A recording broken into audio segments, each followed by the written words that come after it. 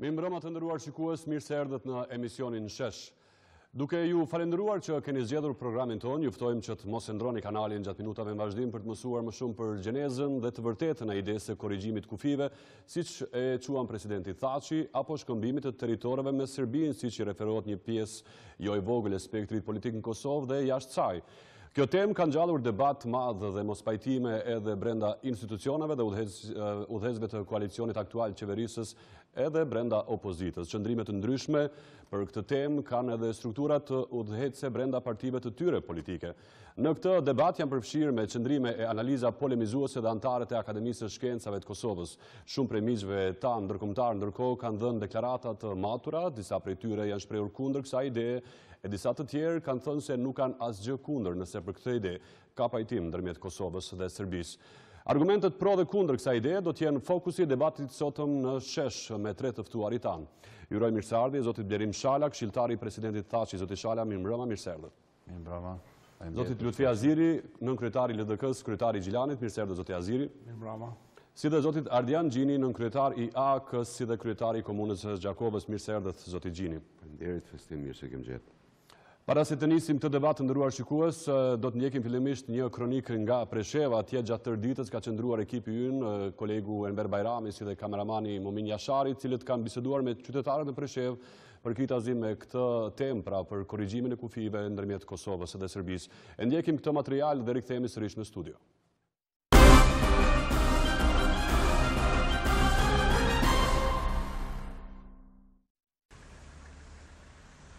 Ideja e korrigjimit e kufirit ndërmjet Kosovës dhe Serbisë përmes së cilës është përmendur mundësia e bashkimit të luginës së Preshevës me Kosovën, po mirëpritet nga banorët e kësaj ane. Profesoresha Luljeta Shabani thotë se një gjë e tillë duhet të ndodhë për të ndalur praktikat diskriminuese të shtetit serb ndaj këtij rajoni. Ka diskriminim, ka. A është një arsye pse duhet gjërat të ndryshojnë? Ka shumë arsye këtu që duhet të ndryshojnë, për shkak se nuk pranohen diplomat e Kosovës. Edhe rinia nuk vjen këtu, nuk mund të punësohet, diplomojnë, shkollohen, këtu vinë, kthehen mbrapa, martohen atje, edhe këtu do më thonë zbrazit çdo ditë, edhe më tepër lugina zbrazit. Rinia nuk kthehet këtu, e kjo është pra që duhet bëhet bashkimi Preshevës me Kosovë. Edhe kolegja e saj, Vlora Destani, pret që çështja e bashkimit të luginës së Preshevës me Kosovën të ecë përpara. Luginë me drejta, s'ka drejta hiç. Unë për veti nuk jam qa që kënash, punën e kam mirë, po kur kënë s'ki përparsi. Rinia është largu me të madhe, kështu që... A është kjo një arsye që... Po, multet më konë edhe kjo një arsye shumë e fort. Largimi i rinis, dam i popullit. Nëse nuk ka rini, nuk ka as punë për tjerë. Në një pjesë tjetër të Preshevës, Bujku Selajdin Idrizi që ka dalë për të shitur produktet e tij, thotë se po i përcjell me interesim të madh diskutimet për mundësinë e bashkimit me Kosovën. Nëse jesmi tash këtu, shembull me Serbi, gjithmonë duhet ta dimë që kemi probleme. Diskriminimi gjithmonë, kur ka filluar shembull këtu i pari shqiptar që u kon, ka pas probleme gjithnjë me Serbia. Aty esenca është që duhet gjithë përfundimi vjen se lugina Preshevës do të më bashkanit Republikës Kosovës.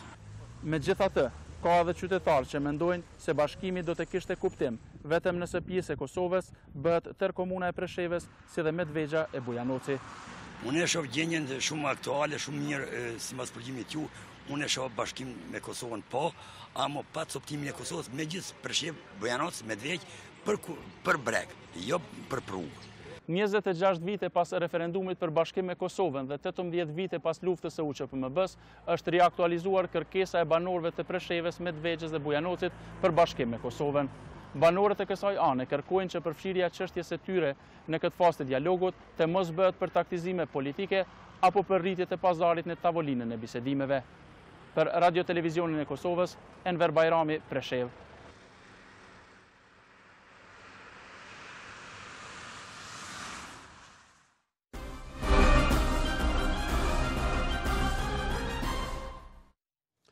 Pa humbur kohë, do të kemi sërish një kyçje tjetër me kolegun Enver Bajrami, ai afër vetës ka kryetarin e kësaj komune, pra komunës së Preshevës, zotin Shqiprim Arifi. Enver, nëse më dëgjon, përshëndetje nga Prishtina, na thuaj fillimisht se si kalove sot në Preshevë, gjatë bashkëbisedimit që ke pasur me qytetarë të shumt atje, ka entuziazëm apo ka dhe skepticizëm për këtë ide, si dhe gjithsesi do ta vazhdosh më pas intervistën me kryetarin e Preshevës, zotin Arifi. Po, mirëmbrëma Feshtim, përshëndetje nga Presheva për ju në studio atje. E potencove edhe ti këtu në lugin të Preshevës ka më shumë optimizëm, por aty këtu edhe droj. Kur them optimizëm të shumica e shqiptarëve se më në fund ëndër atyre ka mosshme për Bashkim me Kosovën mund të jetësohet në këtë fazë të dialogut me Serbinë, por edhe droj, se në fund të këtij procesi ndonjë pjesë e luginës së Preshevës, qoftë e komunës së Preshevës apo e komunave tjera, mund të mbetet jashtë territorit të Kosovës. Sidoqoftë për të kuptuar edhe linjën zyrtare të institucioneve këtu, un kam afër vetës kryetarin e Preshevës, Shqiprim Arifi, me të cilin do të zhvillojmë një intervistë të shkurtër. Zoti Arifi, mirëmbrëma dhe mirë se erdhët në këtë intervistë. Ju tashmë keni zyrtarizuar kërkesën tuaj për Bashkim me Kosovën. A besoni realisht se kjo do të ndodhë në fund të këtij procesi?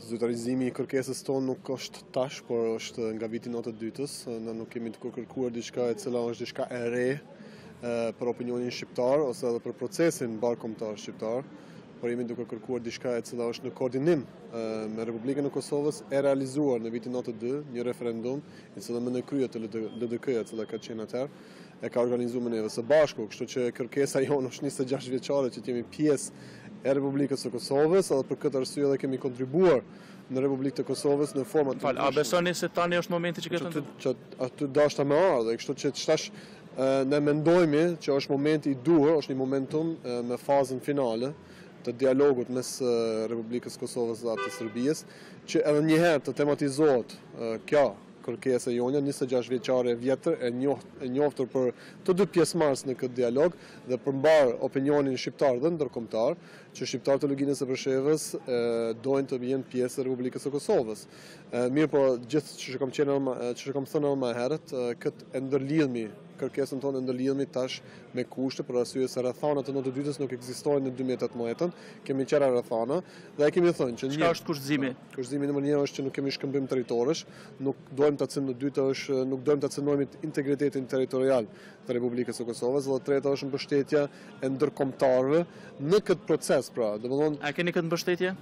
Po shikoni, kjo është debat për momentin në cilin është duke zhvilluar edhe në arenën ndërkombëtare, në politikën ndërkombëtare, vetë ndërkombëtarët nuk janë të sinkronizuar në nivel të Bashkimit Evropian në lidhje me kërkesën tonë. Gjermania është pak më prerë dhe thotë që nuk ka ndryshim kufirësh dhe janë të paprekshme.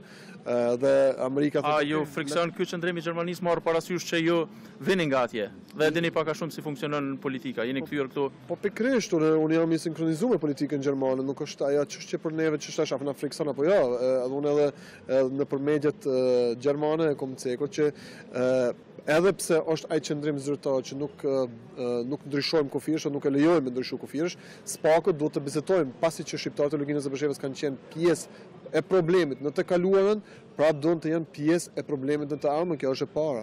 E dyta është, mesi që kemi edhe rastin e serbëve në veri të Kosovës, për të cilët bisedohet sikurse ata janë i vetmi minoritet në gjithë Ballkanin edhe më gjerë, në të kundërtën minoriteti shqiptar në Republikën e Serbisë, të cilën ne shqiptarët e luginës së Preshevës që jemi më të shkelur, më të diskriminuar në gjithë rajonin, nuk bisedohet hiç për të, edhe kjo nuk është korrekte, nuk është fair. Edhe mendon që edhe Gjermania edhe kupton këtë. Zoti Arifi, ta konkretizoj pyetjen time. Pra ju nuk jeni të gatshëm që të pranoni një zgjidhje që do të dëmtonte Kosovën këtë rast shkëmbim territorësh, apo edhe mundësinë e përmenda më herët drojën që ndonjë pjesë e luginës së Preshevës në fund të procesit të mbetet jashtë territorit të Kosovës? Kjo është pacunëshmëria e tërësisë së luginës së Preshevës është për neve e panegociueshme. Nuk gëzohet të cënohet tërësia territoriale dhe përbërja e shqiptarëve të luginës së Preshevës në trojes në Bruksel, domethënë ne ose shkojmë në tërësi ose mbesim në tërësi në Serbi aty ku jemi tash. Fatkeqësisht, qoftë që kjo është fati jon, atëherë na s'kemi fuqi ta ndryshojmë këtë. Kërkesa jonë është legjitime, është një kërkesë demokratike, është një plebiscit i realizuar në një kohë kur kush nuk ka guxuar me realizu referendum në aso kohë. E kemi bërë së bashku me Republikën e Kosovës, është diçka që është absolut e natyrshme të bisedojmë në 2018 mbi atë akt dhe është diçka e cila edhe është për neve rëndësishme në aspektin emocional kombëtar, është për neve rëndësishme, edhe për këtë arsye kemi zgjedhur këtë momentum i cili tash është hapur nga Vučić edhe nga presidenti Thaçi në trojez në Bruksell, kështu që është diçka në rregull. Një pyetje e fundit, lutem shumë shkurt. Shumë analistë në Kosovë, por edhe partia opozitare kanë theksuar se liderët e luginës së Preshevës, përfshirë edhe juve, janë bërë pjesë një loje që ata e kanë quajtur të rrezikshme nga ana e presidentit Thaçi. Shkurtimisht, si ju përgjigjeni këtyre kritikave? Shkurtimisht, unë nuk fitoj zgjedhje as lokale as nacionale duke bërë politikë me kufi. Për mua kjo vlen. Në qoftë se dikush mendon se mund të fitu zgjedhje, mund të fitu vota më shumë kur të bëjë politikë rajonale këtu me ndryshim kufish edhe bëhet temë ndërkombëtare, është problemi aty. Unë fitoj zgjedhjet duke ja zgjidhur problemet shumë dekador të shqiptarëve të luginës së Preshevës. Kështu që kjo është për mua baza në të cëllisën, ai i cili lun loja me neve. Ose mendon se mund të luajë lojë me neve, ai as nuk e njeh Preshevart mirë, por edhe e dyta as nuk mund të me luajë me neve lojë mirë, se na e dim lojën më mirë me luajtë se sa ata. Por neve shka është rëndësi, është që të tematizohet dhe mos tabuizohet çështja e luginës së Preshevës. Shikoni, vetë fakti që ende edhe pas na e kemi kërkuar zyrtarisht çdo si thonë shef të fraksioneve parlamentare në Republikën e Kosovës, në mënyrë me email, me shkresë, kemi bërë kërkesën që ta bëjnë pikë 3 ditës mbështetjen për luginën e Preshevës dhe referendumin e saj të notë dytës. S'ka asnjë lëvizje, unë s'kam marrë si kryetar komune asnjë përgjigje nga këto partijet. Ata nëse dojnë me bëj politik, ata një të bëjnë politik, po populli di me dënu këto më së miri, unë s'di. Faleminderit zoti Arifi për Faleminderit juve. Festim, kaq për këtë transmetim të drejtë për drejtë, ne ju përshëndesim nga Presheva. Enver, faleminderit juve si dhe kryetarit Shqipërim Arifi për gatishmërinë e tij për qenë pjesë e këtij emisioni. Ne të nderuar shikues, do të nisim tani diskutimin në panelin e ftuar në këtë emision. Zoti Shala, e nisim me juve. Në opinionin e gjerë publik ka një huti rreth përdorimit të nocionit korrigjim i kufish, ka shkëmbim, korrigjim, rishikim, demarkim, ridizajnim, rikufizim, rivizim. Për cilin nocion mund flasim që është synimi më konkret ndoshta i palës kosovare në këtë dialog? Tema e korrigjimit kufirit nuk mund të shikohet jashtë kontekstit të arritjes së marrëveshjes ligjësisht obligative midis Kosovës dhe Serbisë, gjë që siç e dim ne është një detyrim ndërkombëtar dhe i Kosovës dhe Serbisë, është obligim i cili ka dalë nga dështimet në të kaluara një nga pala kosovare. Ne të tre kemi qenë në proces të Vienës dhe mund t'ju tregojmë histori të gjata se çfarë ka ndodhur në negociatat për statusin e Kosovës gjithsesi për arritjen e shtetit. Por të kthejmë pyetjes suaj. Pra, tema e korrigjimit kufirit ka vlerë, mund të shikohet vetëm në kontekstin e arritjes në marrëveshje ligjësisht obligative, e cila për ne, për Kosovën, nënkupton njohjen formale reciproke midis Kosovës dhe Serbisë. Pra, njohjen e dy shteteve midis njërit shtet dhe tjetrit. Njohja midis dy shteteve do të nënkuptonte automatikisht që ne duhet ta bëjmë demarkimin e kufirit, sepse aktualisht për Kosovën normalisht kufiri Kosovë-Serbi është Kosovë shtetëror, po ne e dimë që Serbia a trajton si vi administrative kufirin midis Kosovës. Po thoni që fillimisht duhet bëhet demarkimi kufirit dhe më pas mund vijë ndoshta kjo ideja e korrigjimit kufirit? Jo, mas pari duhet të bëhet marrëveshja politike ligjësisht obligative me të cilin Kosova dhe Serbia e njohin njëri tjetrin si shtet. Njohja e Kosovës dhe Serbisë si shtete nënkupton pastaj trajtimin e të gjitha problemeve që kanë mbet nga kaluara, duke filluar ta zënë prej temës së pagjeturve, e cila gjithsesi do trajtohet në Bruksel, sepse ne duhet njëherë për gjithmonë t'i dhëmë përgjigje kësaj teme të ndihshme emocionale që, siç po thomi, gjithë pikon plagë dhe pikon gjak për çdo ditë. Pastaj kemi temën e barazimit financiar midis Kosovës dhe Serbisë, ne kemi kërkesa nga Serbisë, Serbia ka kërkesa nga nesh, dhe gjithsesi është tema dhe korrigjimit kufivit, gjithsesi demarkimit të kufirit. Çka po nuk kuptohet saktë zoti Shala me korrigjim kufish? Pasi e thash në fillim të pyetjes sime, ka një huti në opinion në mesin e qytetarëve, por edhe të mediave, të analizëve të ndryshëm për idenë. Korrigjimi kufirit si tillë po them, e mduket që duhet me përsërit 3 herë dhe 10 herë në emisionin juaj. Nuk ka kurrë vlerë pa njohjen reciproke midis Kosovës dhe Serbisë. Pa njohjen reciproke midis Kosovës dhe Serbisë nuk ka kufi Kosova me Serbinë. Ajo është vija administrative për Serbinë, edhe ne kur po flasim për këtë kutinë e famshme të Pandorës, e cila është bërë një metaforë, kutia e Pandorës në rastin e raporteve Kosovë-Serbi ka mbetë e hapur. nuk është mbyllur në vitin 99 për shkaqe të njohura, kur është imponuar paqja me intervenime paktit NATO, nuk është mbyllur fatkeqësisht as me procesin e Vienës, sepse Serbia nuk ka dashur të njohë, ne nuk kemi arritur të bëhemi shtet antar i OKB-s për shkak të vetës ruse. Pra, nëse i kthejmë pyetjes suaj, themelore ne mendojmë që janë disa parametra të pandryshueshëm për Kosovën, të cilën besoj të pajtoheshin të gjithë ne që jemi këtë studio. Së pari, ne nuk mund të hyjmë në OKB si shtet antar pa të e kaluar vetën ruse. Veta ruse nuk mund të kalohet nëse Serbia nuk e njeh Kosovën dhe Kosova nuk e njeh Serbinë. Kemi 500 shteteve të BE-s, cilat fatkeqësisht nuk janë bashkangjitur 22 shteteve të tjera në vitin 2008, nuk ta kanë njohur dhe ne kemi probleme edhe në antarësimin në OKB, edhe në antarësimin në BE, edhe në antarësimin në NATO, edhe në qëndrueshmërinë ndërkombëtare dhe besa dhe vendore të shtetit të Kosovës. Pra duhet ta shohim këtë pamjen, jo vetëm një segment. Segmenti i korrigjimit të kufijve mund të jetë një moment shumë i rëndësishëm. Sepse çështja e dialogut është çështje që është diskutuar edhe herë të tjera. Po veç kjo ide është e pavlefshme nëse nuk ka marrëveshje midis Kosovës dhe Serbisë për një reciproke. E qartë përkushtohet që kjo ide të përfshirë në këtë marrëveshje? Po ne mendojmë që mund të jetë një motiv shtesë eventual i Beogradit për të bërë marrëveshje me Kosovën për njohje reciproke, sepse siç po shihet fatkeqësisht në rrethanat e sotme nuk ka formë presionin nga asnjë shtet perëndimor ndaj Serbisë se Serbia ta njeh Kosovën. Tek e fundit ne e dimë që edhe BE-ja kur e ka bërë këtë, siç e dini, marrëveshjen për hyrje të Serbisë në BE, nuk ja ka bërë si kusht momentar që Serbia ta njeh Kosovën, po ne nuk mund të ecim si shtet përpara nëse nuk na njeh Serbia. Na tash mund t'i themi njëri tjetrit si edhëm këtë citat, por me të vërtet nuk është faji i Kosovës që për shkak të Rusisë në OKB-s, për shkak të 5 shteteve në BE, ne nuk kemi arritur as të bëhemi antarë e OKB-s, as të kemi një perspektivë reale formale të antarësimit në BE dhe në paktin. Pra kisha lutur që të mos të shohim temën e korrigjimit kufijve jashtë temës së përmbylljes së dialogut, temës së njohjes reciproke dhe temës së një marrëveshje të madhe historike në Kosovë. Për këtë temë po flasim për kjo çështja e kësaj ide, në fakt ka ngjallur më shumë të debat, sepse për dialogun është folur dhe më parë. Zoti Aziri, ju jeni njëri nga politikanët në Kosovë, të cilët në vazhdimsi e keni promovuar, keni thënë që ju jeni ideatori i kësaj ide. Në fakt, në 2011 unë kam dalë me opcion që Kosova duhet detyrimisht ta njeh vullnetin politik shqiptarëve në Prishtinë, Bujanos, Medveç, i shprehur me referendum popullor i cili ja njeh drejtën politike për bashkangjitje të Kosovës, sepse në mënyrë arbitrare dhe pa dashjen e tyre, pa vullnetin e tyre, ish administrata e Jugosllavisë pas luftës së dytë botërore i ka shkput fshat pas fshati dhe qytet pas qyteti këto vendbanime shqiptare për ndryshime demografike, duke punu njëkohësisht më na 3 vjetëve, duke i bashkangjitur disa fshatra në veri të Kosovës, territorit të krahinës të atërshme të Kosovës, vendbanime sërbe për motive demografike, kryesisht.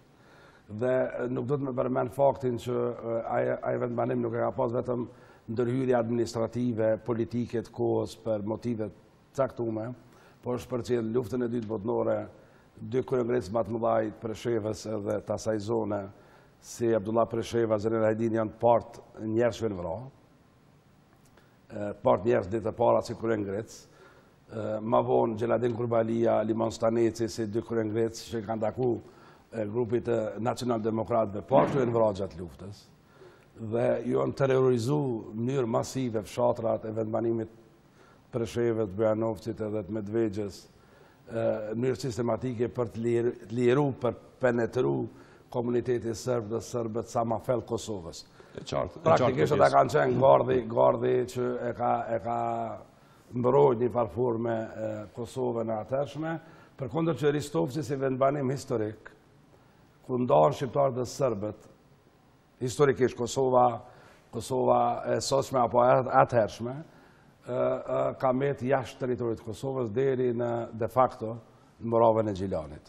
Sot Serbia, si pas marrëveshjes ratifikume në KB, Milošević Gligorov, që është bërë mas luftës Kosovës, ka hy në Moravë të Gjilanit. De jure, po menaxhon me territor të Kosovës deri në Ibrin e Mitrovicës. Dhe në këtë situatë, ku de facto deri në Ibër sonojnë Beogradi, dhe de jure me patrulla që Morava Gjilani nuk kupton shumë afer në Karaqeve në epërmet sotshme ku bëhet problem. Edhe sot banorët atje fakt nuk e din çka ka ndodhur me këtë zhvillim, po që ajo marrëveshje ka pas impakt. Domosdoshmërisht krijohet nevoja e zgjidhjes këtij problemi. Qëndrimi i LDK-s është shumë i qartë. E qartë. Unë si në kryetari i LDK-s duhet me potencial. E thash dhe në hyrjet e emisionit, që ka dallime dhe brenda partive. Qëndrimi i LDK-s është shumë i qartë, që parimet e grupit kontaktit para procesit Vjenës mbesin fuqi, sepse mbi basur e parimeve ne kemi shpall deklaratën e koordinuar për pavarësi dhe kemi një ndërkombëtare deri tash. Që keni tentuar si nën kryetari i LDK-s edhe për të ndikuar për qëndrimin tuaj brenda partisë apo jo, deri sot jo. Deri sonte jo. Deri këtë premte. Do ta bëni tutje? Natyrisht unë kam bisedu, shumica e LDK-s mendojnë kështu, siç po them unë. Po. Dhe natyrisht unë nënshtruam vullnetit shumicës, por unë kam shtruar edhe opcionin. LDK-ja në mënyrë absolute e përkrah vullnetin e shqiptarëve të Kosovës lindore shprehur me referendum të vitit 1992, në mënyrë absolute, për bashkangjitje. Por në anën tjetër nuk dëshiron asnjë mënyrë me rreziku sovranitetin e Kosovës, sepse mendon që me këtë akt presidenti Thaçi nuk ka arrit me ndërtu konsenzus politik Kosovë, me konsenzus gjon politik Kosovë. Qeveria e Kosovës dhe vetë kryeministri ka qëndrim të kundërt se për këtë sajna. Partitë në koalicion kanë qëndrime ndryshme, disonanca politike po shihet, atëherë ne mendojmë që zgjedhjet janë legitimimi i procesit të dialogut. Praktikisht ne besojmë që për zgjidhjen e këtij problemi duhet me pas zgjedhje parlamentare në Kosovë, zgjedhje të hershme. Kthehemi tek mandej dialogu. Po, tek ideja, ata që LDK-ja në fakt është kundër idesë së prekjes së sovranitetit të Kosovës, integritetit territorial në fakt të Republikës Kosovës, por është ky qëndrim ndryshe pra, prej asaj që keni ju personalisht. Tash, edhe një herë ta theksoj. LDK-ja është kundër në këtë kohë me këta përfaqësues politik më prek. E qartë. Pra, nëse ka zgjedhje, mund të ndryshoj qëndrim? Definitivisht, na legitimiteti para dialogut, ne besojmë që një kuvend i dalur nga zgjedhjet e lira, një qeveri e nominuar dhe e zgjedhur, do të mërrim me ndërtu konsenzus gjon politik, edhe qeveria me morë me përfaqësu idenë e mandet zgjidhjes problemeve dhe normalizimit të raporteve. Unë e ruaj unitetin e mbrojtjes së LDK-s dhe grupit parlamentar, po besoj në kauzën e shqiptarëve në Kosovë lindore. Ajo kauzë do të mos zgjidhet. Ata njerëz pa ndershëm po vazhdojnë me jetu në diskriminim. Nuk ka çështje vetëm me territorit. Po çështje e drejtave tyre politike. A jeni për zgjidhjen e këtij problemi të shqiptarëve të luginës Preshevës në këmbim të një pjesë të territorit të veriut Kosovës? Edhe tash terminologjia nuk ka të bëjë me këmbim, ka të bëjë me korrigjim në zonën juglindore të Kosovës. Nuk ka të bëjë me korrigjim në zonën veriore ose perëndimore, sepse kufit Kosovë, po gati 70% teritorit të Republikës tonë është në kufi me Serbinë. Është në kufi të Vitis edhe të Gilanit, përfundon një stëngë. Praktikisht, zona kufitare ma madhe është me Serbinë. Atëherë, Juglindja është vendi ku duhet korrigjohen, ku duhet ketë mundësi të korrigjimit të kufit eventualisht. Po në po flasme për korrigjim as perëndim, as veri, as pjesë tjera të Kosovës. Çështja e negociatave është në tavolinë se me çfarë platforme, me çfarë impakti, me çfarë pritje dhe me çfarë propozime ne eventualisht mund të shkojmë atje dhe ta zgjidhim. Por problemi duhet mos zgjidhet. Problemi një herë për gjithmonë duhet mos zgjidhet, po krijohet një momentum politik i cili duhet kapitalizohet për interes zgjidhjes problemit. Dëgjuam dhe qytetarët e Preshevës në fakt cilët thanë që janë të diskriminuar. Po Kosova funksionalizohet si shtet. E kundërta e defunksionalizon. Rrugja status quo-s, eliminimi i drejtave të tyre mos me realizu në Kosovë, vetëm për shkak që kemi këtë ambient politik, Kosovën e vazhdojnë me mojtë peng proceseve politike. Do të vazhdojmë të debati, japim fjalën zotit Ardian Gjini, i cili është nënkryetari i AK-s partisë prej nga vjen kryeministri aktual zoti Haradina, i cili në fakt është njëri nga kundërshtarët më të mëdhenj të kësaj ide. Pse zoti Gjini, nga këndvështrimi juaj si parti, pse jeni kundër kësaj ide? Mendoj se kryeministri disa herë ka tregu qartë çka beson ai dhe çka beson Aleanca, po më lejo veç pak t'ju kujtoj gjithë njerëzve diçka që definitivisht kolegët dhe miqtë e mi në panele kanë pa. Diku në fund gushtit vitit 2010, ICG e ka pas prodhu një raport me njëherë pas, ose shumë shkurt pas vendimit të gjykatës të Kombëtarit të Drejtësisë, edhe kretë çka shihni sot ka qenë në atë raport. Po ka pas edhe diçka për çka sot nuk flitet. Ka pas spjegime se nëse ndodh shkëmbimi territoreve, çfarë do ndodh me serbt në Kosovë, cila do të jetë zgjidhjet, çfarë nënkupton eksterritorialiteti e shumë çështje tjera. Po duhet të rikthehen gjithë njerëzit, është shumë interesant, unë me sugjerim të një miku e kom lexuar ditët e fundit edhe një herë. Në fakt kom qenë edhe intervistuar atëherë, dhe besoj se edhe disa kolegë kanë qenë. Po çka po mësonte në storje, edhe çka po shohim ditët e fundit, është diçka që të krijon ndjenjë seriozisht negative, edhe po duam me shpjegu pak për ju. Pyetja kryesore është kur dikush i pyet qytetarët çka po doin, i ka në mendje dy arsye. E para është nuk e din çka po dojnë ata dhe i pyet për me marrë vesh, se e kit pa qartë. Edhe shkon i pyet në Preshevë apo po doni as po doni. Tash për këtë arsye besoj që dikush shkon në Preshevë se na dim çka dojnë ata. Pse më shkon në Preshevë me i vet preshevorta doni mu bashku me Kosovën? E dim. Po nëse arsyeja është e dyta, me i pyet për me ndërtu opinion, me pyet për me ndërtu situatë, me pyet për me i tregu dikuj tjetër se çka po dojnë këta e na kemi drejt legjitime, seriozisht ma kujton një kohë para një 25. Sigurisht se nuk është kjo dyta zoti Xhini. Jo për ju, si më thon televizionit këtu. E qartë. Nuk është çështje televizionit. Po referuat kronikës, prandaj. Po kronika është diçka që ka rrjedh për çka po ndodh për çdo ditë. E qartë. Atëherë më kujtohen ngjarjet diku para 25 ose 30 viteve, e ju kujtohen edhe juve, janë shumë të këqija dhe krijojnë ndjenjë jashtëzakonisht keq që dikush duhet me pyet qa po ju bojmë këtyre njerëzve? Qa po dënë ju bojë Kosova këtyre njerëzve? Ka qytetarë cilët janë skeptik për të ide, zotë Xhini, me që nuk janë gjithë që... Ndëgjom pak, kur Kosova, po Lutfi Aziri po thotë që Serbia e ka një farë kontrole nominale deri në Ibër. Nominale e ka. Në Preshevë e ka krejt kontrolen. Jo veç nominale, krejt kontrolen e ka. Të njën probleme këto çështje. Hapja kësaj teme është problematike veç pse o hapë. Veç pse o hapë si temë, është shumë e rrezikshme. Unë e kom qujtë rrezikshme edhe me diçka, me një fjalë tjetër, edhe është e tillë, besomni. Ne i kem ndru vendet në një farë forme. Dikur Kosova ka folë për njerëzit, për drejtat e njerëzve, për drejtat tona, pse po dojmë shtet. Serbia ka folë për territore. Edhe është ku i ka pyet njerëz në për regionet ndryshme, a doni ju mu bashku me Serbinë, çka i bojnë këta, e pyetje tjera të ndryshme. Nuk guxon Kosova me ndru vendet. Nuk guxon Kosova me ndru pozicionet në këtë pikë, së është shumë gabim. Hapja kësaj teme, ose fillimi i... Gjendja në status quo është edhe më rrezikshme për Kosovën. Jo, nuk është. Kjo është një argumentim për me nangut, po për mendimin tonë nuk është. Nuk është më rrezikshme se fillimi i ndryshimit kufive të Kosovës. Fillimi i ndryshimit kufive të Kosovës, si pikë e parë, e krijon Kosovën, e vendos Kosovën pozitë humsit. E kem luftën që kem bo deri tash. E kem mundin, s'kem mujtë. Kjo humbje reflektohet edhe të gjitha shtetet që e kanë njoft Kosovën, mos harroni. E çka sjell? Shikoni. Vetoja ruse, nëse deri para 5 ose 6 viteve ka qenë për shkak të mosnjohjes Serbisë, tash për diçka tjetër. Nuk mundet as Serbia vet, as kërkush në botë nuk mundet me garantu që edhe nëse ne mrim një marrëveshje që Rusia ka mi tërheq vetën, se tani ka arsye shtesë.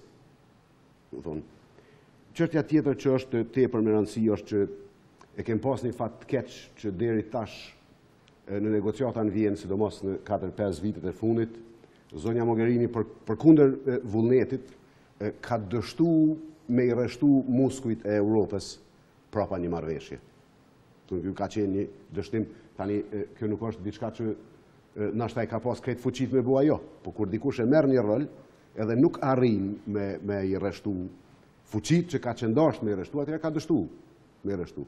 Se s'kem ri, po thuj se me implementu asni marrëveshje serioze. Diçka është arrit, po marrëveshjet serioze nuk janë implementu. Zonja Mogherini ka shprehur një optimizëm se marrëveshja është mund të arrihet, në fakt. Ka thënë disa herë. Po shikoni, paramendoni gjithmonë të kundërtën. Paramendoni sikur zonja Mogherini të kishton një ditë që nuk beson që marrëveshja do të arrihet. Çfarë më bëu mas nej?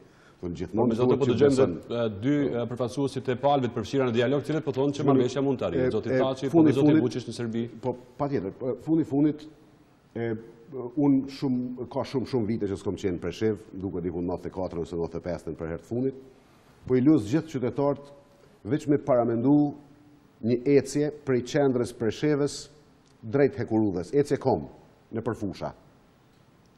Edhe me janis me mendu se çka ka me ndodhë nëse ne vendosim me shkëmby territore. Shikoni, edhe njerë po pyes çemi të i bua aty në njerëzve. Është pak problematike. Nuk besoni fare në këtë ide, zoti Gjimi? Nuk besoni që mund të ndodhë? Mendoj se kjo ide mundet me i sjell jashtëzakonisht shumë dëm Kosovës, me u inicu. Në momentin që del në tavolinë, ne mundemi me pa situata jashtëzakonisht të rënda për Kosovën, po edhe për vetë Preshevën. Kur të thoni situata të rënda, situatë rrezikshme, çka po nuk kuptoni më konkretisht? Për shembull, çka është rrezikshme? Mendoj se kemi me pa situata të cilat kanë me prodhu dhunë. Deshëm e s'deshëm ne. Kjo nuk do me thonë që dikush po bëhet gati për dhunë. Po dhuna nuk ndodhë se mbledhen janë 100 njerëz në konferencë dhe thonë hajde po bëjmë dhunë. Nëse keni me i pa njerëzit të ilshu tokat e veta, bëhuni gati për dhunë. Edhe prapë mas disa viteve kemi ullën trejës të konferencave me i kthy diku ku i kem pas. Dhe njën shumë të rrezikshme, jënë dëmshme, i shoh si një qasje absolutisht jo serioze për mi mri një qëllim, i cili ka qëndasht më pa pak ma ndryshe. Kosova ka me pas probleme në cilin do variant, edhe ka. Jeni pjesë e koalicionit qeverisë, zoti Gjini, partia juaj, thamë dhe në fillim nga partia juaj vjen kryeministri vendit, pse nuk keni përfshirë më shumë atëherë, pra në këtë proces negociues? Unë jam i përfshirë në debate mrena partisë gjithë kohën. Jo, po flasim për këtë proces dialogues me Serbinë. Po partia është e përfshime, Avni Arifi ka qenë, i ka udhëheq disa herë takimet, për çfarë më pyetni mu, unë e kam një detyrë për momentin. Jo, partia në fakt, jo juve. Partia është e përfshime, udhëheq me qeverinë e Kosovës, e ka rolin e vet, e ka zonin e vet, i ka njerëz të vet në qeveri, i ka pas njerëz të vet që kanë marrë pjesë edhe në pjesë ndryshme të dialogut, patjetër. Zoti Shala, si i përgjigjeni jo vetëm deklaratave zoti Gjini, por edhe të politikanëve dhe analizëve, njohësve të tjerë, cilët e marrin si situatë të rrezikshme në fakt, mundësinë e realizimit të kësaj ideje? Po një thashtë pak më herët, faktikisht ne kemi disa parametra objektiv politikë që ne nuk mund t'i ndryshojmë si Kosovë. Në përmendje Ardiani, natyralisht ne mund të diskutojmë të pajtohemi me mungesën e muskujve apo fuqisë evropiane, e cila ka degraduar në 50 vitet e fundit. Ne e dimë që sot e kësaj dite faktikisht Bashkimi Evropian po e kërkon veten, po e kërkon identitetin e vet, nuk dihet çka do të jetë edhe mas 2 vjetë, edhe mas 4 vjetë.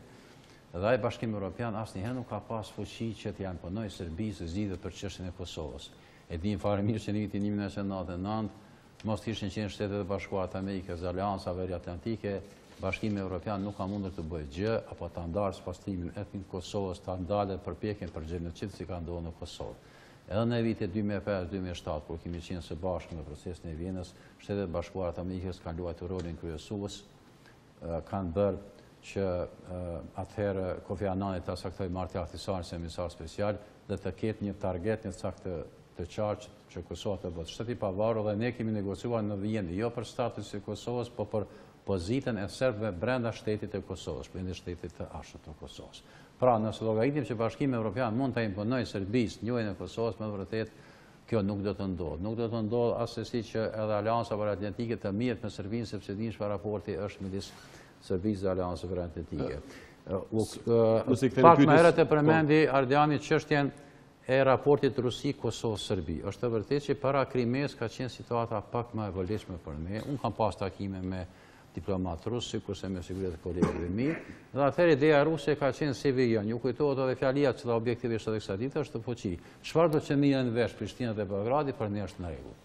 Putin ja ka thënë Vučićit kur ka qenë jetor. Besoni që ka ndryshuar tash. Ka ndryshuar për shkak të Krimes, do të thotë ne nëse bëjmë, ideja ka qenë të bëjmë një lloj marrëveshje që është quajtur marrëveshja gjermano-gjermane, në bazë të një marrëveshjes themelore midis Gjermanisë perëndimore linduar në vitin 1972, e cilën e kanë mbështetur Bashkimi Sovjetik dhe Shtetet e Bashkuara të Amerikës, se ka mundsuar që Gjermania linduar të hyjë në OKB pa e njohur formalisht Gjermania perëndimore. Kjo ide ka qenë fuqi edhe atëherë kur ka bërë International Crisis Group këtë raportin për të cilët i referua Ardiani, po situata ka ndryshuar ndërkohë me Krimen, me fuqizimin e rolit rus, me dobësimin e rolit evropian, me ndryshimin e ambasadës amerikane. Dhe tash neve na është sugjeruar eksplicite prezidentit, kryeministit, besoj edhe politikanëve të opozitës që ju duhet ta kërkoni njëjën formale me Serbinë, sepse ndryshe nuk mund të hyni në OKB. Nëse Serbia ju njeh formalisht, Rusia nuk ka më asnjë arsye ta përdorë të drejtën e vetes, nuk ta përdor drejtën e vetes. Dhe të kundërtën ai do ta bëj atë. Besoni që nëse Serbia një Kosovën dhe Rusia do të Nuk ka asnjë arsye. Rusia ndoshta do të abstenon kur ne aplikojmë në Këshillin e Sigurisë të KOB-s, po është tema e absurde që Rusia thotë po nuk dim çka ka ndodhur, po Serbia nëse një Kosovën, Rusia nuk do ta përdorë drejtën e vetës, mund t'ju them me garancë, dhe po ashtu prej 5 shteteve të Bashkimit Evropian, ti jemi optimist të moderuar, besojmë që 4 shtete do të njohin, Spanja me 6 nuk do të njohë as në atë rast, për shkak situatës brendshme. Po 5 shtete kanë probleme të brendshme, nuk kanë pas probleme me ne. Po pra njohja formale, reciproke është kush për gjithçka. Korrigjimi i kufirit mund të shikohet vetëm në këtë kontekst. Tash, këto shqetësimet për të cilat foli Ardiani, me siguri kanë bazë racionale, por mund të them haptas, me siguri Lutfi ju dinë më mirë sonë, po objektivisht rrugina prej Shevës është ka zbrazë në mënyrë permanente në gjendje paqësore, pa ndonjë konflikt të madh, dhe sipas fjalëve që i kemi ndëgjuar ne në prezidencë për liderëve të luginës Preshevës, supozohet që në 15 ditë të ardhshme mund të ndodhë zbrazja komplete e luginës Preshevës, nëse në ndërkohë nuk ndodh ndonjë ndryshim dramatik në formë të bashkimit të luginës Preshevës me Kosovën. Do të gjeni cilësoj situatë rrezikshme idenë ose mundësinë e ndryshimit të korrigjimit kufive. Ne po flasim për një marrëveshje politike paqësore, jo për një marrëveshje e cila faktikisht do të krijojë konflikt të ri. Edhe nuk i kemi lirin maksimale as pala kosovare, as pala sërbe me bërë çdo marrëveshje të mundshme në ashtën qartë edhe për administratës amerikane, edhe për shteteve kryesore perëndimore që kemi lirin e veprimit ta trajtojmë mundësinë për të arritur një marrëveshje lehtësisht obligative që mundson njëjën reciproke, por për masat e asaj marrëveshje, sa duhet të jetë marrëveshje gjithëpërfshise, do të shihen, do të trajtohen, sepse ne duhet të garantojmë 3 parime janë përmendur, besoj që ju kujtohet gjithë neve këtu. Spari pra që 2 palët të aprovojnë të bëjnë një marrëveshje, po ajo marrëveshje duhet të garantoj stabilitetin rajonal dhe të jetë në pajtim me rendin ndërkombëtar. A garantohet stabiliteti rajonal, zoti Shala, me këtë marrëveshje të mundshme nëse përfshirë dhe korrigjimi kufive? Presidenti ka qenë në Tiranë, është takuar me Ilir Metën, unë kam qenë me te Milo Gjukanovićit, e presidenti Mali Dizi dhe te Zoran Zaevi, te kryeministri i Maqedonisë, dhe nuk kemi hetuar asnjë shqetësim, as në Martëzi, as në Maqedoni, me mundësinë që Kosova dhe Serbia ta njohin njëra tjetrën dhe eventualisht ta bëjnë korrigjimin e kufive. Po flas për këtë rajon, çka ndodh në Bosnjë e Hercegovinë nuk është hisja jon, nuk mund të kontribuojmë ne asgjë, po përndryshe ka droj për një efekt. Po përndryshe Bosnja e Hercegovina si shtet, është rasti pa shpresë. Bëm ne marrëveshje me Serbinë, nuk bëm ne marrëveshje me Serbinë. Askush nuk ka ide se çka të bëjmë me Bosnjën e Hercegovinë. Por ne natyrisht si shtet duhet të jemi të përgjithshëm ndaj qytetarëve tonë, natyrisht ndaj shqiptarëve në Ligën e Preshevës, po edhe ndaj shteteve në rajon. Ne kemi partneritet strategjik, mos harroni, edhe me Malezi, edhe me Shqipërinë, edhe me Maqedoninë, dhe dëshirojmë të ruajmë ato marrëdhënie në të armën dhe nuk dëshirojmë të bëjmë një marrëveshje me Serbinë në dëm të miqësisë sonë me shtetet mike që i kemi në qinësi. E qartë, zoti Aziri keni kërkuar fjalën gjatë kohës së zoti Gjini, ka argumentuar qëndrimin e tij dhe të partisë Fenjavia. Të dash vetëm me dhonë dinamike dhe këti debatit tonë. Mbjene të përmenu, me opcionin më donë 2011 dhe edhe ICG-a kur ka intervistu e kam konfirmu paka shumë qëndrimin e njëtë, opcionin e njëtë për drejten dhe për mundësin që ata me bashkan gjitë Kosovë si teritorë dhe si etni në kufit komunal, që janë, në tërsin komunale, se nuk kanë teritorë, nuk kanë kontrol teritorë të kryetarët e komunat as komunat. Komunat kanë kufit komunal, në parimin katastral, ata kanë kufit komunal. Ata kufit komunal janë sot valete dhe po bisedojmë për kufit komunal. Komunal, Presheva, Medvegja dhe Bujanoci. Natyrisht, mirët numër i banorëve, në populata, aset e tjera, këtë janë parasysh, po flasim për kufit komunal. Në vitin 2013, Kuvendi Republikës Kosovës me konsenzus e ka miratu rezolutën për drejta politike dhe civilit shqiptarëve atje. Fatkeqësisht ky kuvend, edhe sot, edhe qeverit që unë konë, nuk është nërmar asgjë. Nuk kanë nërmar për vitit 2013, asgjë me zbatu. S'po ku kena pas mundësi me jam regullu shtetësin. Ata njerëz janë pa drejta civile në Kosovë. Ata njerëz sot jetojnë, tash 20 vjet jetojnë si refugjat në dhe unë vetë. E qartë, thamë, si përgjigjeni drejtë se zotë Gjini dhe të tjerëve për të me dalë këtë pjesën. E një situatë të rrezikshme. Pse po mendojmë ne që duka Gjini edhe pjesa perëndimore e Kosovës është në kufim me Shqipërinë, edhe Malin e Zi. Pse po mendojmë që juglindja e Kosovës nuk qohet në kam nëse nuk zgjidhet problemi i Preshevës Bujanovcit. Pse po mendojmë që 300.000 banorë të juglindjes Kosovës flajnë dhe bëjnë sehire nëse nuk zgjidhet drejt që është e Preshevës dhe Bujanovcit. Pse po mendon që atje nuk ka kurrë ngritës, edhe që rrim paqt, pranojnë çka do që vendos Prishtina dhe Tirana në dom tonin, jo. Deri tash mi kanë lojal në vendime politike, shumë lojal, kemi thonë statusin special që Peter Faith, si ndërmjetësues, ja ka ofru për përfundimin e luftës në Preshevë Bujanovc, e ka tërhiq në moment fundit se Prishtina i ka thirrë komandant atje, ju ka thonë që mos presh një punë, mbyllni marrëveshjen e konsulit, ashtu siç po propozojnë ndërkombëtarët. Sepse dëmtoni çështën e Kosovës. Në emër statusit Kosovës ata njerëz u sakrifiku. Kanë marrë pjesë financiarisht, ekonomikisht, politikisht, ushtarakisht në luftën e Kosovës. Edhe janë bërë sakrificë për status Kosovës. Tash u bë bollë ata njerëz me lyp edhe një sakrificë me bë, me lanë në Serbi, në Serbi evropiane, që mund të nuk dëshiron këtë, të paktën nuk e ka deklaruar askush. Definitivisht, nëse përmenet çështja e çizmeve, edhe e trazinave, atëherë unë po sigurojmë kryetari Gjilani që qendra më e madhe në Anamorov, ku është edhe Presheva Bujanovci. Ai region nuk e pranon. Ai region e ka pranuar marrëveshjen Maqedoni Kosovë në dom tonin, mijëra hektar që na humb territor të Kosovës në marrëveshjen Milošević-Vlorov nuk ka mbozon. Vetëm Debuldehi është prek si pikë që po bojnë trazina, i në qunë kom për tokat e veta. Karacheva o i njëru si vendbanim. Po kur qohën tash krejt vendbanimet e juglinjes Kosovës, për drejtat politike shqiptare në Preshevë, Kosova nuk është e qetë ashtu kështu. S'ka më kone qetë, unë po jo garantis s'ka më kone qetë. Po tani kur të qohën banorët e... Normal që është e pa drejt, 100.000 banor Milan në Serbi, vetëm pse ne mendojmë që nuk bën kështu. Ose vetëm ne pse mendojmë që është kështu. Partitë politike në Prishtinë do të më ndërtu konsensus për zgjedhjen e drejtë problemit juglindjes Kosovës. Aja është territori pandanshëm. Na ka ndonë në mënyrë jo drejtë, në vitet e 50-ta, po është e pandershme nëse ke mundësi me zgjedhë, me thonë tash nëmet një kauze që se ekziston heq, me thonë tash nuk u gjanë Kosova Fadil Hoxhës mu prek, e 74-ës, fundit 74-ën e kam rri Fadil Hoxha me partizant e asaj kohë që kanë luftu. Edhe aja e Kosovë me autonominë territoriale, me kufit administrativ, neve në ka thonë adut në vjen benzia, për lëkundjen e konceptit me cilin funksionon Republika e Kosovës. Ka qenë, po, faktë, është, edhe unë kam të pjesë. Të droja në faktë gjithë atyre që po flasin kundër kësaj ide. Ka qenë baza e kufive 1974-ës, referendumi popullor i Kosovës.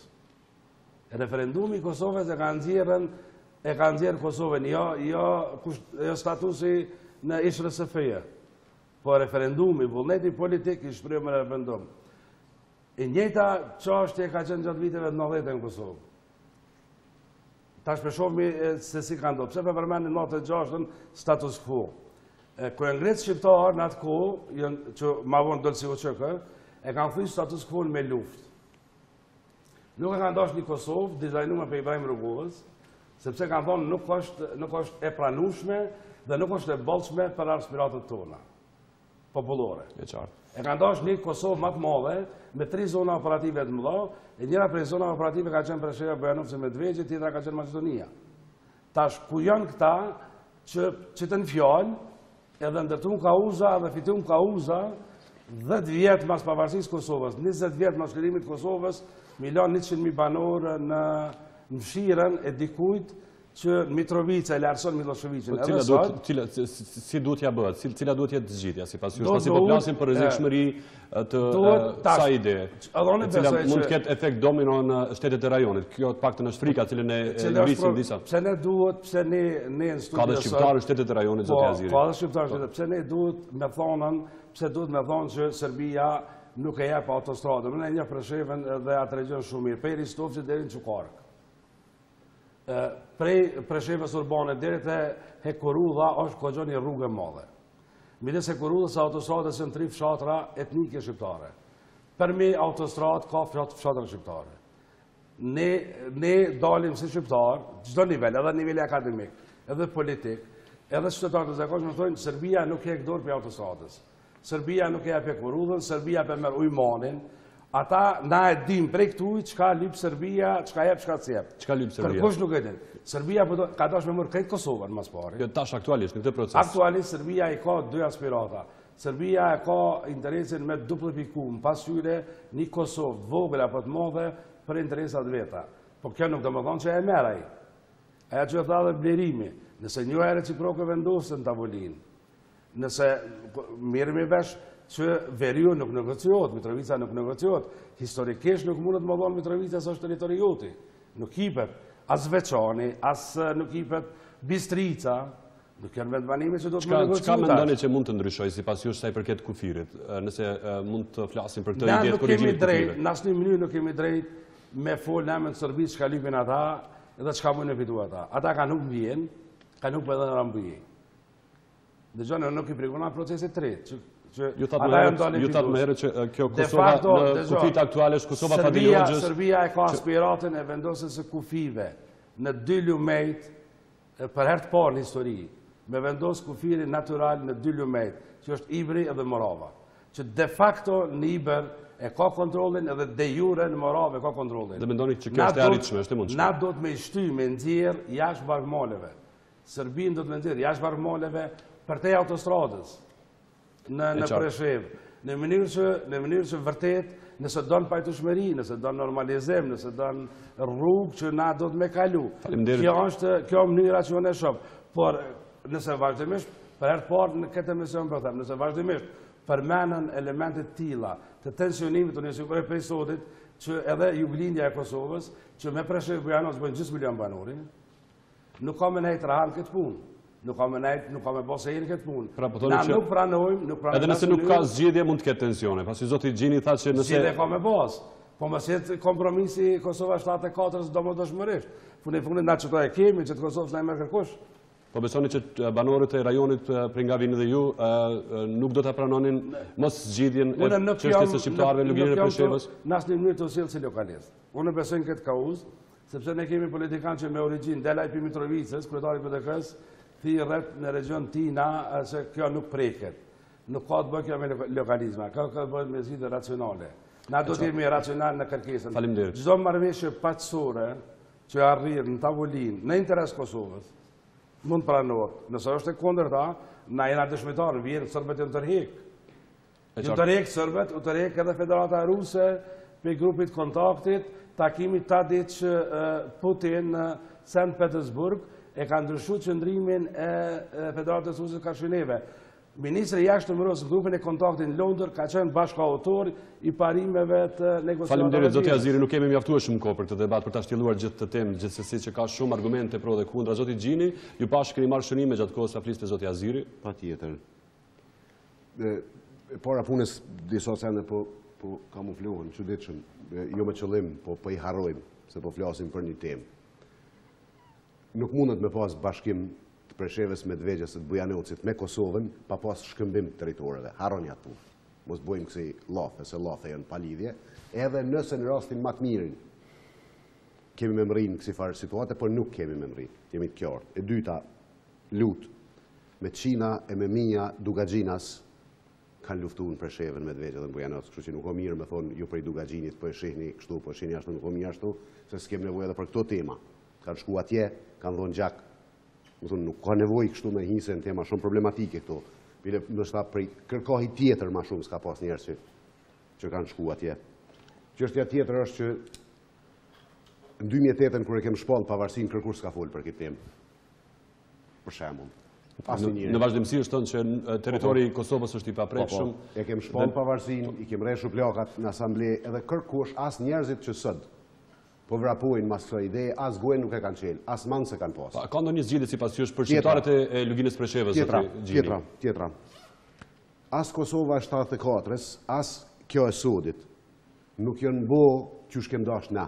S'ka Kosovë të Fadil Hoxhës, s'ka as Kosovë të Hashim Thaqit. Nuk kishë ndodhë kur njona pa përzimjen e fuqive shumë të mëdha. Shumë të mëdha. Edhe atëhere, edhe tash. Apo ndodhë dhe kjo aktualisht? Shikoni, për qeftë së cilit, Kosova kishë pas kufi krejtjerë. Po nuk mujmë na me abstrahu situatat në cilat gjendet Kosova sot, me pa ondra që na bojmë kështu. Thu se jemi të i vizatu hartat në një tavolin, na marim, i kemi ata, e shtyjmë dhe në Morav, këta vim dhe i këtu.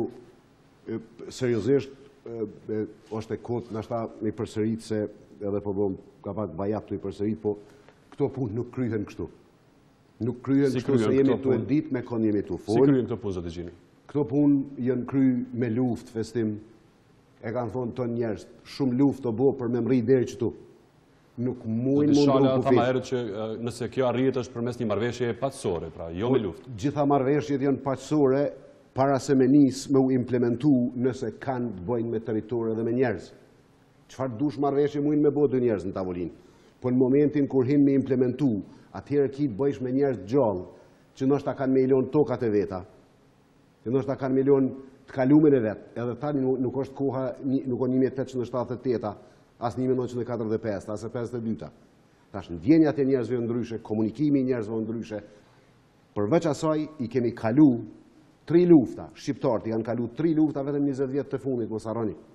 Do njën problematike këto çështje shumë, edhe trivializimet. Nuk i sjellin kur fart dobije as Kosovës, as Luginës Preshevës, fatkeqësisht më duhet mi thonë. Nuk po duhen me konkuru me kërkon se sa e duhen shqiptarinë, sa e duhen shqiptarët e Luginës Preshevës, nëse duhet me i thonë dikuj beson një njëjtë si Gjakovës. Po jemi të folën botë reale, nuk jemi të folën botë imagjinare. Pra po thoni që kjo ide është tërësisht imagjinare, nuk besoni fare në këtë ide? Absolutisht, bota reale është kretë ndryshe për i kësaj që po vizatohet. është presidenti i Republikës i cili po përmend këtë ide. Unë po ju them juve, në botën reale nuk mundesh me ulin një tavolinë, me i vizatu kufit edhe me u kthy edhe me implementu. Nëse ka pajtim mes dyja shteteve në këtë rast, pse nuk është e mundur? Më më thonë që bota i ka provu këto çështje. I ka provu, ka pas raste që janë provu. E keni traktatin e Lozanës që i kalon 2 vende ende në gjendje të luftës, edhe është implementu në fillim të shekullit 20, kur s'ka pas as internet, as komunikim të lloj tjetër. Njerëzit i kanë provu këto tema, janë provu edhe janë tregu se çfarë janë. Ndryshimi i kufive sjell shkëmbim popullsisë, se nuk mundet me u vizatu harta që shpëdojnë njerëzit. Shkëmbimi i popullsisë, një traktor me njerëz, vezë konflikt të ri. Po mbje ketë që po duhet me vizualizu. Nëse ndodh një marrëveshje e tillë, zotë Gjini, cili do të jetë qëndrimi juaj si AAK? Ne duhet me diskutu, duhet me insistu, duhet me argumentu njëri me tjetrin, para se me ndodh diçka që na besojmë që është jashtëzakonisht problematike, edhe në të njëjtën kohë duhet me i pa edhe cilat janë disponimet e shteteve, cilat në fundit kanë rol esencial në çka do që ndodh në rrezullin toksor, jo vetëm në Ballkan.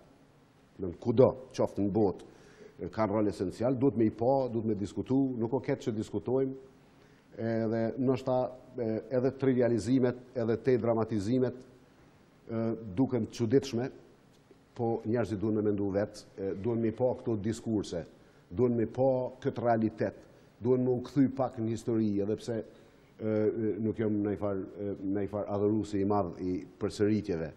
Shikoni, diskursi se kanë drejt me i pyt ata qohën, besoni që kanë ndodhë, këtheni trakën, kanë ndodhë, ju kanë ndodhë popujve tjerë, nuk ju ka dalë mirë. Mas keqi ju ka dalë. Mas keqi kanë kalu ata që kanë përdorë kësi diskursi. Faleminderit zotë Gjini. Zoti Shala, kemi disa minuta kohë për këtë debat në vazhdimsi, jo vetëm në studio televizive, por edhe në Parlamentin e Kosovës dëgjojnë për nevojën në një konsensusi ose uniteti politik. A po bën sa duhet në fakt presidenca e Kosovës për të krijuar këtë unitet, të munguar aktualisht për këtë temë? Po, parimisht ne dim që një lloj uniteti është krijuar, është formalizuar me nominimin e delegacionit të Kosovës, si duhet i bëj bisedimet me Serbinë në Bruxelles, po jemi sigur që një unitet të mrefilt nuk mund të kemi nëse nuk vjen Liga Demokratike e Kosovës dhe gjitha partitë tjera opozitare, pse jo, siç e kemi pasur ekipin unitetit në Vjenë. Ne nuk mund të kemi marrëveshje me Serbinë duke pas mos marrëveshje në mes nesh. Nuk mund të ketë marrëveshje të millfit lësisht obligative me Serbinë, ndërsa në ndërkohë ne po e qërojmë hesapet njëri me tjetrin. Ne po flasim për një llogaritje përfundimtare historike me Serbinë, ndërsa njëkohësisht po e qërojmë hesapet për ditë njëri me tjetrin në politikën kosovare. Pra, uniteti brenda nesh është kush pasi nuk bën nëse të shohim marrëveshjen me Serbinë. Normalisht ne duhet të jemi aq larg pamës sa të shohim gjitha pasojat e marrëveshjes së tillë, po them njohja reciproke formale i eviton shumicën dërmuese të këtyre shqetësimeve. Duhet të shohim edhe pasojat në rajon, duhet të ruajmë marrëdhëniet e mira me shtetet në rajon. Po përmendi sa herë dhe i thash asnjëherë Kosova nuk ka mundur të fitoj një betejë, një luftë politike, po edhe ushtarake me Serbinë pa përkrahjen ndërkombëtare, pa përkrahjen e perëndimit. Ne kemi qenë humbës si kombë dhe si popull prej vitit 45, sidomos për vitit 12, prej bashkimit, krijimit të Shqipërisë së tutje, Kosova ka qenë humbëse për shkak të rrethanave ndërkombëtare, sepse aleatët tonë ndërkombëtar, Austro-Hungaria dhe Gjermania kanë humbur luftën, dhe pastaj edhe luftrat e tjera, kështu që tek në pas përfundimit të luftës së ftohtë, ne arritëm të rreshtohemi në letimin e dur. A ka vëmendjen e dur Kosova sa i përket partnerëve tanë, miqve tanë ndërkombëtar? Mendoj që ekziston një konsenzus midis shteteve të mëdha perëndimore që kjo punë duhet të kryhet. Janë disa fate kohore midis Kosovës dhe Serbisë, që kanë të bëjnë edhe me periudhën kur Serbia duhet të hyjë në Bashkimin Evropian, kur Kosova duhet të kryejë punët e veta dhe të anëtarësohet në NATO dhe Bashkimin Evropian. Pra, ka vëmendje, ka interesim, nuk ka unitet në perëndim, përmendet edhe pak më herët se si duhet të kryhet. Mirë po besoj që kujdesi tash është kthyer, edhe mendoj që ky kujdes i shtuar duhet të përdoret për gjithë neve që të ruajmë në të armën e afërt dhe që të provojmë maksimumin që ta përfundojmë njëherë për gjithmonë rrëfimin tonë me historinë. Ky është rrëfim i gjatë, mbi një shekull, ne nuk mund të rahatohemi si shtet nëse mund të them ashtu, as brenda territorit tonë, as në arenë ndërkombëtare nëse nuk bëjmë marrëveshje me Serbinë. Pra, jeni të interesuar që ta mbyllim kutinë e Pandorës, pasi që mendoj që ajo është e hapur. Nëse dikush mendon që nuk e kemi mbyllur, na fatkeqësisht e tham tetëret që nuk ka qenë faji jonë që në vjen nuk është mbyllur. Ka qenë faji i Serbisë dhe e Rusisë. Dhe tani me këtë marrëveshje prisni që ta mbyllim këtë kutinë e Pandorës. Synojmë të Pandorës. gjithë që ta mbyllim. Ka një bindje të gjithë ne, një unitet të gjithë ne që duhet ta sigurojmë njohjen nga Serbia, të shohim se me çfarë kushte mund të sigurohet njohja. Shikoni, ne shumicën e fjalëve që përmendëm sonte akoma janë në ajër. E qartë. Ne kemi filluar bisedimet. Ka shkaktuar debat në fakt, kjo me të drejtë, kjo pse jo, pse mos bëjmë debat, debati gjithsesi sjell edhe gjëra të shëndosha. Një pyetje zoti Shala në fund po përsëris në fakt për çështjen e unitetit. Ka pasur tentativa konkrete për takime me partitë opozitare nga presidenca? Vazhdueshëm është edhe zoti Haziri këto mund të dëshmoj për komunikimin e vazhdueshëm që ka pas presidenti me zotin Mustafa edhe kur ka qenë në Shërim. E qartë. Edhe tani gjatë kësaj kohe? Edhe absolutisht edhe tani. Po me partitë e tjera, vetëvendosje, PSD? Me të gjitha partitë ka pas komunikime formale, jo formale, sepse ne mendojmë që nuk mund të sigurohet kjo marrëveshje me Serbinë ose më të vërtet ecim me një hap të rënduar, siç po ndodh kohëve të fundit duke u marrë njëri me tjetrin bashkëdhënë. Ka parafrim të qëndrimesh sa i përket kësaj? Ka disa shenja që do të ketë parafrim, tash secili po provon me imponu një agjendë të veten, po nuk mund të ketë agjendë një partijake, mund të ketë vetëm një agjendë e gjithë shtetit të Kosovës. Faleminderit. Zoti Aziri, jemi krejt në fund, flasim për unitetin, në fakt për këtë pjesë për cilin foli. Dhe zoti Shala, a është i gatshëm LDK të përfshirë në këtë fazë të finalizimit procesit të dialogut me Serbinë? Nëse jo, pse nuk është i gatshme? Ne kemi bërë hapjen e parë të madh, kemi organizuar tryezën e partive politike. Me këtë qëllim kemi thonë hajde urdhënoni ta bëjmë listën e proceseve që duhet me kalu bashkë me konsenzus për kundër mosbesimit të madh që LDK-ja ka ndaj PDK-s. Në veçanti, ajo është partneri kryesor i qeverisjes, përkundër që zoti Haridina udhëheq me qeverinë. Kjo nuk ka ndodhur, na kanë referuar gjithmonë numrave dhe fuqisë politike, përkundër pafuqisë që kanë kuvend. Hapi i dytë është ne edhe sot edhe mbledhjen e fundit kemi thonë që ne jemi për dakordim për kalendar me marrëveshje, zgjedhjeve, bisedojmë për një kalendar të planifikuar zgjedhjeve dhe mund të diskutojmë për çështje që në interes vendit. Prapë nuk kemi hasni mirë kuptim, kështu që nëse po thuhet që kjo marrëveshje finale duhet të kryhet sa më shpejt, në fakt është kërkesë e bashkisë ndërkombëtare. Ne nuk bëmi pjesë e delegacionit as pjesë e procesit pa kalu kuvendin e legjitimitet zgjedhor. Në asnjë rast, pra LDK-ja nuk do të bëhet pjesë e ekipit negociator në këtë temë. Legitimiteti para zgjedhjeve është formula që ne kemi ofruar tash. Le të presim që partnerët e panit që udhëheqin me 3 shtyllat kryesore me naftu me bisedu për një kalendar të zgjedhjeve. Nëse arrijmë të dakordu për zgjedhjet parakoshme të hershme. Çka do të kupton të një kalendar për zgjedhje? Përmes me lëndu kemi thonë gjithmonë zgjedhje planifikume. Çka do të nuk kupton të kjo pra, për shembull, për çfarë afati kohor mund të flasim nëse LDK-ja do të pajtohej për përfshirjen në procesin e dialogut. Kuvend aktualisht me këtë përfaqësim e ka humbur kredibilitetin e përfaqësimit. Nuk po arrin mu taku për punë zakonshme. Nuk ka shumicë për agjendën legjislative të zakonshme të qeverisë. Nuk po ka mundësi me kry punë të zakonshme. Nuk ka dështuar në ndërtimin e konsenzusit, përkundrazi e ka ndarë e ka nda kuvendin e dy seanca, një seancë partitë të qeverisjes.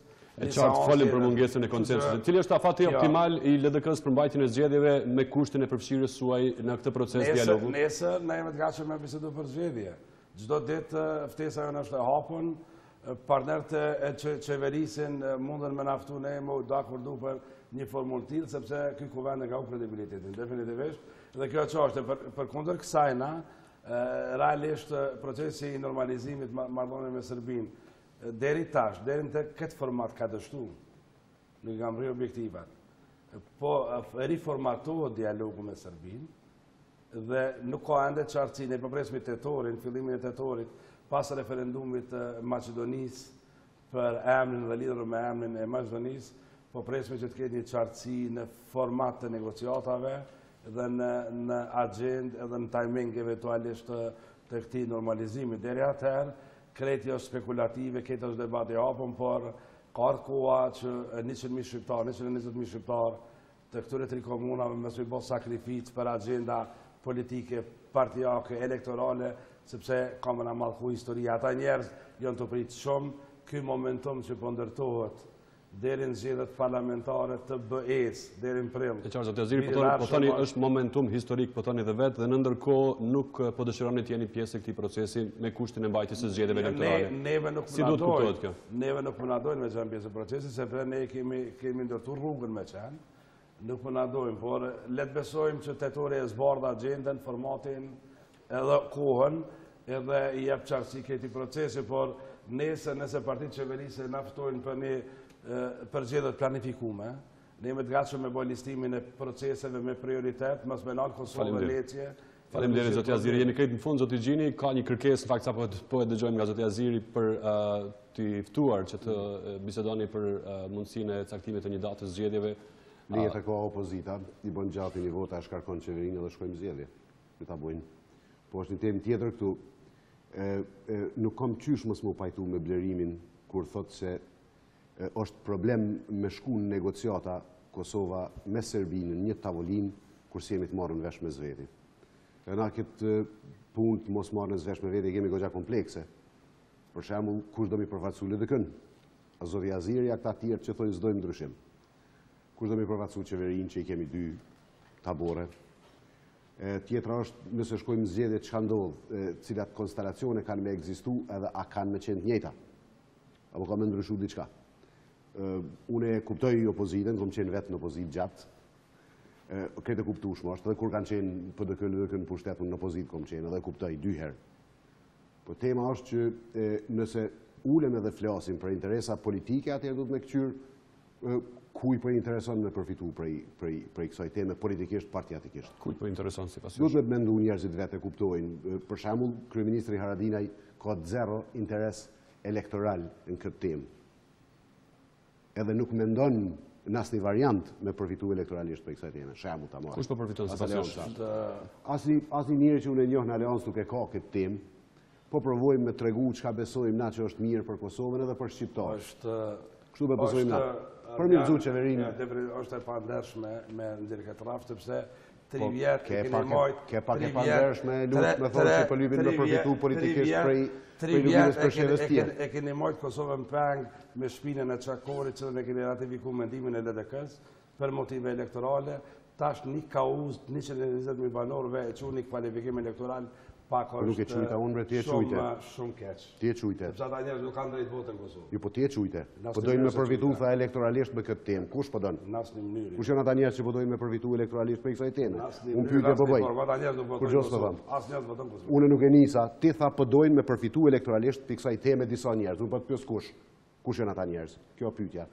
Nuk ka asnjë emër në këtë panel. Absolutë dihet kush. Kush Zoti Aziri? Po ju pyet Zoti Gjini por nuk e përgjigjet. Kush? Derisa ra flasim për një kauz dhe flasim për kushte të tjera, ata njerëz po përgatiten më pas sakrificë politike. Por unë besoj që shumica e popullatës, edhe Kosova ka më treguar pjekun në vjesht këtij vitit për me ndalë ndihmë dhe me zgjidh problemin drejt. Kush po synon të përfitojë nga kjo temë Zoti Aziri? Do të ndërtoni panel këtë tjetër vina bisedojmë vetëm për këtë temë. Sepse tash është e pandershme na me fol për një subjekt ose një parti që ndoshta është e përfaqësuar këtu, ose është e përfaqësuar, është këtë tjetër.